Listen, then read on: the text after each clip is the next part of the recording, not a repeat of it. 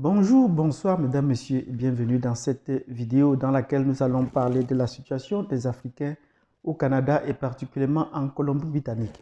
C'est la deuxième vidéo que je fais dans ce sens sur la situation concrète ou peut-être la troisième. Parce qu'en début d'année scolaire, ici, j'ai attiré l'attention des parents que cette année ne devait plus être comme les années antérieures. Il faudrait qu'on s'organise pour pouvoir suivre l'éducation de nos enfants à la maison en tant que parents. Et pour les éducateurs qui sont, pour les spécialistes de l'éducation qui sont dans les écoles, qu'on essaie de se coordonner nos actions pour que nos enfants ne soient plus toujours traités d'une certaine façon et ce qui compromet généralement leur parcours scolaire et académique et les empêche d'entrer à l'université. C'est de ça qu'il est question. Et quand ils sont compromis ainsi, le marché de l'emploi également leur est fermé. Il y a des secteurs où ils ne peuvent pas y aller. Donc, dans cette vidéo, je viens également vous signaler que quelles sont les actions qu'on doit prendre dans ce sens. Puisqu'on vous a déjà dit, cette année, les choses sont allées plus graves. Il y a déjà une certaine ségrégation dans les écoles, il y a une certaine apartheid, où les enfants noirs, pour la plupart, dès qu'ils sont nombreux, puisque le nombre est grandissant, ils sont regroupés dans une certaine classe. Donc, il y a une classe en Colombie-Britannique dans les écoles pour des enfants noirs et une classe pour des enfants blancs. C'est ça, les noirs et les arabes.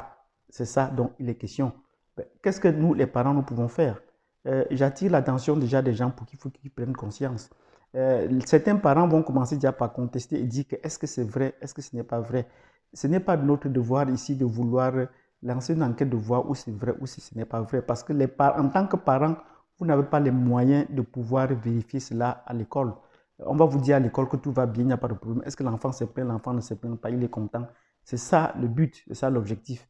La réalité est que l'enfant n'est pas dans les mêmes conditions que les autres enfants. Il est traité d'une certaine façon et on rassure l'enfant. Si tu as des choses à l'école que tu dois traiter, ce n'est pas à la maison. Et quand l'enfant vient à la maison, il vous dit que tout est correct, tout est beau, vous le trouvez soudain, il est content d'aller à l'école, mais il est marginalisé. Mais la conséquence de cela, c'est que à force de le conduire comme ça depuis l'élémentaire, au secondaire, dans les classes de 9e et de 10e année, au cours de mathématiques ou des classes d'informatique, vous ne trouvez plus d'enfants noirs. Pendant qu'on fait les cours de mathématiques ou d'informatique, pour des métiers qui sont en recherche ou les métiers les plus demandés aujourd'hui, les enfants noirs sont en train de jouer au basket. Ils sont en train de faire du sport ou d'autres disciplines d'art parce qu'ils ont été écartés de ces disciplines-là très tôt. On a trouvé qu'ils n'avaient pas cette compétence-là, alors que ce n'est pas vrai. Pour ne vous prendre que l'exemple, l'année passée, en 2020, aux États-Unis, il y a eu le concours de la robotique pour les enfants de moins de 15 ans et c'est le Ghana qui avait remporté. C'est vrai qu'il venait de loin. On n'estimait pas que les Africains pouvaient remporter des Ghanéens des enfants ghanéens basés au Ghana. Ce n'étaient pas des enfants ghanéens qui étaient grandis à l'intérieur. Ils ont damé le pion aux Américains, aux autres Européens. Donc ça, c'est une parenthèse en passant pour dire que les parents doivent prendre conscience que nous devons être ensemble pour pouvoir voir comment apporter une solution à ce problème en tant que parents à la maison, pas à l'école. Les spécialistes de l'éducation à l'école savent ce qu'ils doivent faire et ce qu'ils doivent faire si ça ne vous correspond pas. Mettons-nous ensemble en tant que parents et voyons comment est-ce qu'on peut traiter ce problème à partir de la maison ou dans notre communauté. Donc, je vous invite dans cette démarche à pouvoir nous remettre ensemble, mettre en place une association dans laquelle on va échanger les solutions. Quant à ce qui me concerne, je ne suis pas dans une situation de confrontation, même si je sais que certains collègues y sont, mais on va mettre ensemble toutes ces démarches pour voir comment apporter une solution à nos enfants. Je veux dire, pour ma part, il faudrait mettre en place une association et une association dans laquelle certains membres ou le bureau peuvent pouvoir déjà assister les parents qui n'ont pas le temps d'aller à l'école. C'est de ça. Qui peut aller représenter les enfants quand ils ne sont pas, quand les parents sont occupés, puisque les enfants, les parents africains n'assistent jamais aux réunions des parents. Quand ils prennent même les documents qu'on leur envoie, ils ne font que viser et remettre sans plus comprendre le fondement vraiment de ces documents ou l'importance de ces documents et l'impact que cela aura sur les enfants à long terme. Ils ne comprennent pas cela, ils ne sont pas intéressés, ils n'ont pas ce temps, tout va bien.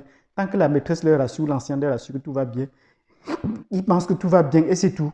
Donc, je voudrais qu'on mette en place une association et qu'on trouve des personnes dans chaque école qui sont prêts à aller dans les écoles pour représenter les parents et suivre ce que les enseignants disent et pouvoir apporter des arguments concrets si ça ne sied pas à la philosophie, à la logique des parents. Sinon, comme je vous ai dit, la conséquence est là. Très peu de nos enfants au secondaire déjà sont prêts pour entrer à l'université parce qu'ils font toujours le sport et il n'y a pas un département de sport à l'université. Le sport, déjà, à partir de 18 ans, on va vous forcer à faire des contrats. En informatique, ils ne trouvent pas. Et même quand vous allez au niveau collégial, ceux les plus braves s'y trouvent parce qu'ils vont déjà faire directement un métier. Donc, faire une maîtrise, un doctorat pour des enfants qui ont grandi, les enfants noirs qui ont grandi ici, ce sont des disciplines stratégiques qu'on ne veut pas qu'ils y accèdent. Et ça, par conséquent, la concurrence sur le marché de l'emploi est limitée. On dit qu'on ne les trouve pas et on les oblige à faire ce qui ne leur convient pas. Et les parents se découvrent quand il se fait trop tard. D'autant plus que l'enfant n'est même pas disposé déjà, après avoir suivi ce parcours, au niveau de l'adolescence, n'est même pas prêt à partager avec le parent parce qu'il estime que le parent ne comprend rien. Il fait entièrement confiance à sa maîtresse et qui est en train de lui donner une certaine orientation qui ne nous convient pas. Donc, je vous ai également donné un signe la dernière fois. 75% de la population carcérale en Amérique du Nord, aux États-Unis, au Canada, se constitue de Noirs. Et la plupart de ces Noirs, c'est les enfants nés ici. C'est les enfants qui ont pris la culture d'ici. Ce n'est pas les enfants qui viennent d'Afrique, ce n'est pas les nouveaux immigrants. Ils ne sont pas parmi les immigrants parce que les immigrants qui arrivent ici, ne connaissant pas la situation, ont très peur et se mettent vraiment au travail. Et c'est eux qui sont à l'université. Même si au sortir de l'université, ils sont traités toujours pareillement, mais au moins il y a une certaine nuance pour des enfants qui ont grandi ici et à qui on laisse tout faire parce qu'on dit c'est comme ça qu'ils sont. Donc, si vous avez bien écouté cette vidéo, je viens aujourd'hui, après avoir dans la précédente dénoncé une certaine situation qui nous attend, je vous ai proposé dans une démarche. Retrouvons-nous, ça peut être ce week-end, dans une séance Zoom ou en présentiel, et puis qu'on essaie de mettre en place une association et on va trouver des membres qui seront prêts à aller représenter chaque parent, chaque enfant dans son école quand le parent ne sera pas content. Et les rapports, nous pouvons les lire et les étudier et comprendre est-ce que ce qu'on dit de l'enfant c'est vrai et comment est-ce qu'on pourrait surmonter cette situation sur le plan intellectuel, sur le plan de comportement, et puis que sur le plan de la santé physique et mentale. Sur ce, je vous donne rendez-vous à la prochaine vidéo. N'oubliez pas donc de vous abonner. Nous allons revenir sur une autre vidéo. Merci.